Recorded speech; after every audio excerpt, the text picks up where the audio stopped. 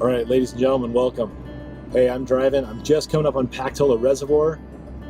I am getting ready to show you evidence of past volcanic activity in the Black Hills. So specifically, we're going to talk about extrusive igneous rock today and see some evidence of that. I'm looking at the lake right now. I'm getting ready to turn off. So here in a second, we're going to be at the spillway and I will get to show you the first example of some of that volcanic evidence. Just pulled off to the side on this little service road that goes up and on top of the spillway.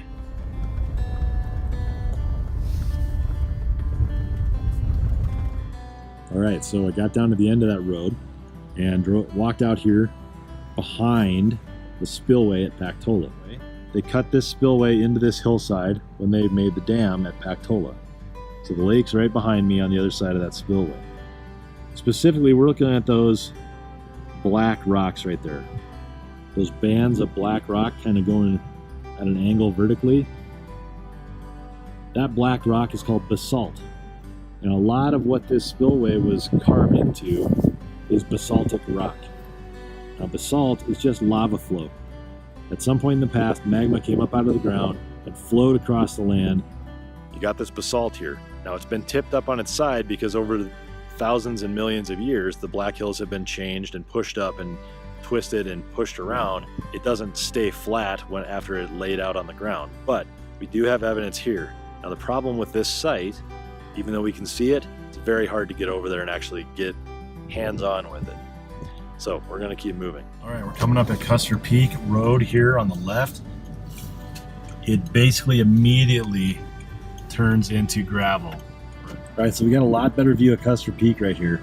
As you can see, that thing looks like a very big cone just sitting out here in the middle of the northern hills. That's actually volcanic rock, so we need to see if we can get up to the top.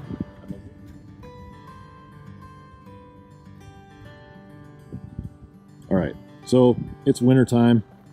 They got the road closed to wheeled vehicles. If you had a snowmobile or snow machine, you could get up here. But at least we can get this close and get a good view of Custer Peak from the side, get a good view of the watchtower and the slope going up, and specifically the rocks that it is built on. That is rhyolite. That is an igneous rock that is extrusive.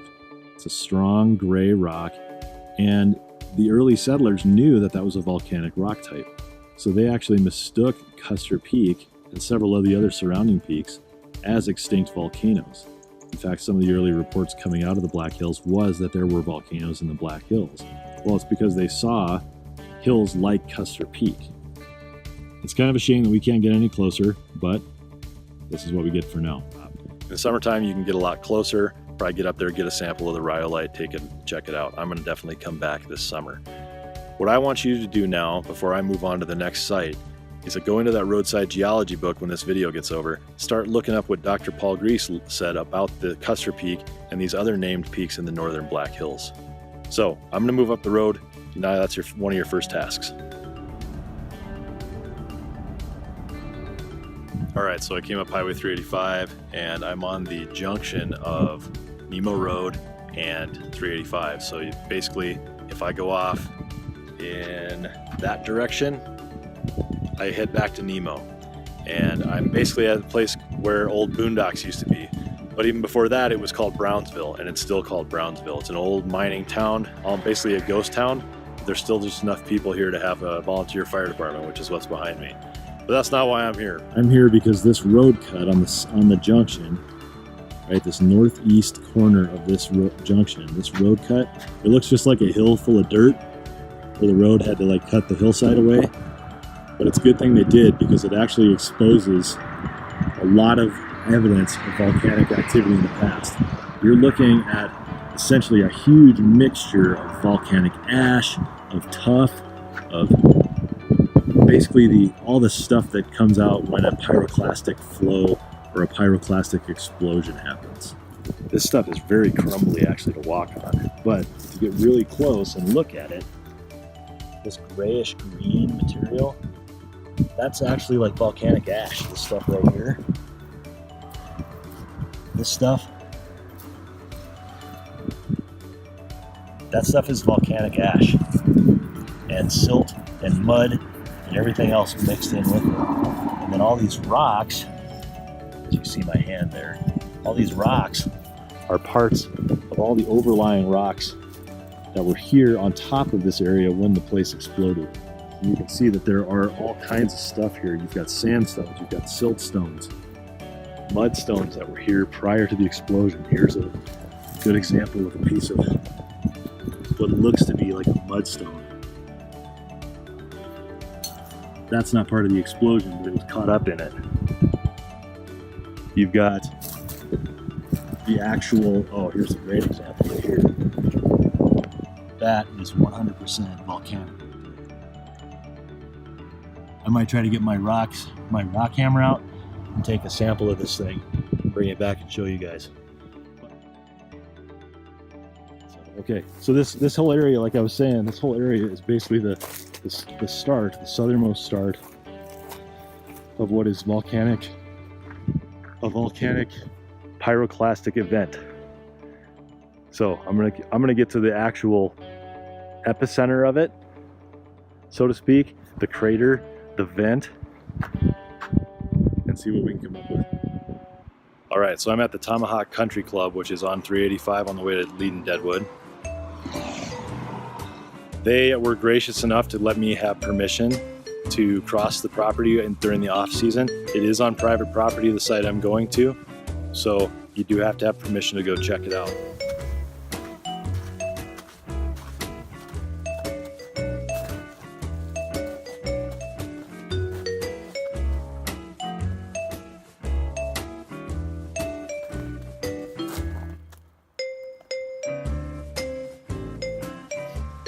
This is the kind of stuff I do for you guys.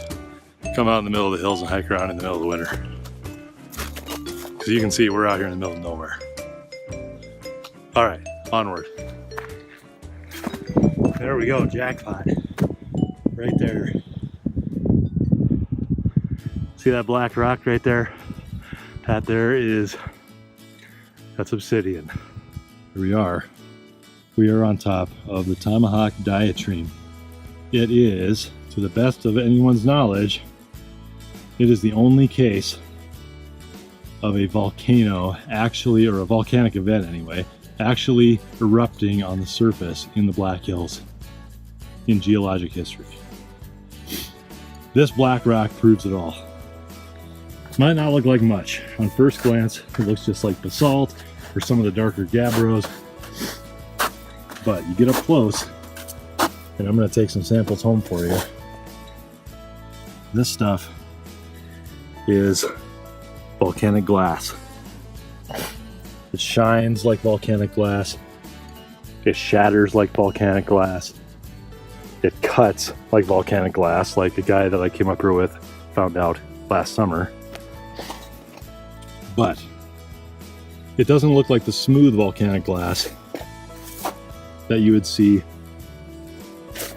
someplace like Hawaii, where you see the nice, smooth, reflective volcanic obsidians where you make arrowheads out of it or things like that. It looks rough. It looks like it's been through a lot of stress. And around it and inside and scattered in through it is all of this stuff. Okay? This stuff is like white. It looks like it's just glued together a bunch of bits and pieces of little stuff. Okay? This stuff is tough. And I don't mean like it's tough like it's hard. I mean it is tough. That's the name of it. It's volcanic tough. And what it is, it's just a name for when ash is under such great pressure that it carries bits and pieces of everything else around it, welds it or cements it together. We call this stuff volcanic tough. And this stuff is all over the Tomahawk Country Club. You just go golfing here, all along the little trails for the carts, all along the tee boxes, is this tough stuff. And people drive by it all the time. I see it and I pick it up. All right, so I made it at the top. And this is why you don't walk up on this thing. And this is actually why I'm not going to post the GPS coordinates for this vent. Because if you come walking up on this thing from the other side of this hill, you walk through this bush that you're looking at on the bottom of the screen, basically fall 85 feet to your death.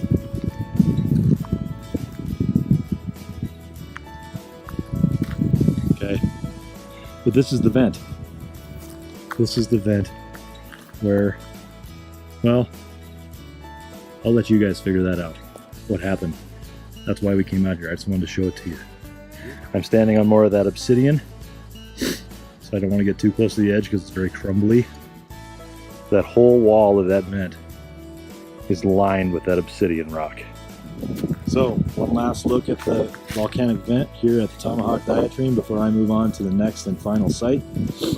But, like I said before, I'm not posting GPS coordinates to this thing. If you want to come out here, that's on you, alright? All I can ask you to do is be very, very careful and just know this is on private property. I did receive permission from the owners of Tomahawk Country Club to come across during their off season and check this out. So, Tomahawk Diatreme, our own little volcano right here in the Black Hills. Who would have thought of it? It's not Mount Rainier, it's not Mount St. Helens, definitely not as cool as those events were, but if you were here when this thing went off, you'd have known about it. So what I want you to do now, I want you to go into the roadside geology book and start researching it. I want you to figure out what type of volcanic event this really was. How does this fit in with what you already know about volcanic events like those at Mount Rainier or like those like Mauna Loa in Hawaii? Where does this fit? What is it most similar to? How does this fit into the big picture of volcanism? We know it's an extrusive igneous event. There's obsidian sitting on the ground here in the northern hills by a golf course. That's extrusive, but now it's on you. Anyway, going to my last site, I'm actually heading out of the Black Hills, just a hair. I'm gonna go down into Deadwood, go out towards Sturgis, and I'm gonna see if I can get out to Bear Butte before the sun goes down. Because that is gonna be our last stop on this whirlwind tour of extrusive igneous evidence.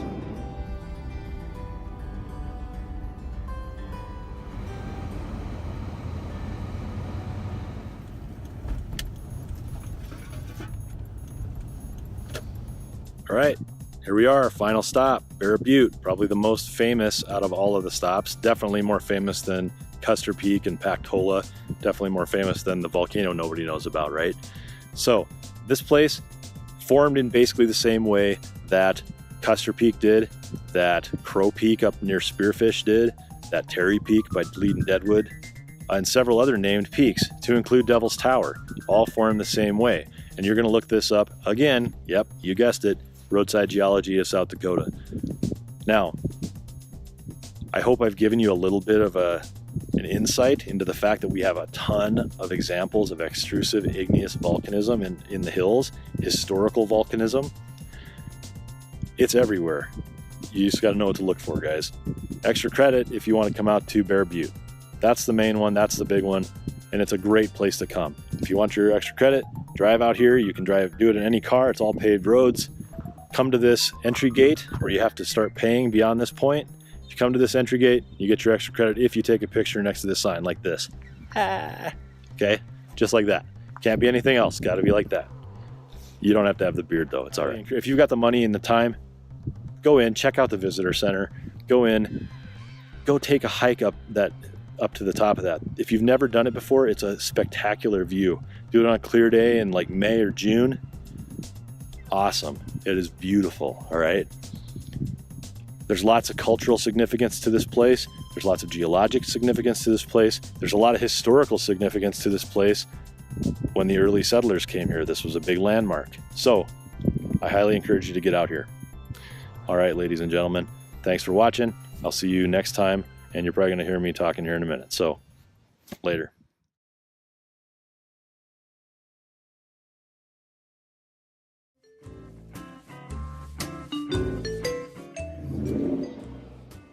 Hey, Brandon Mills. Guess what I found?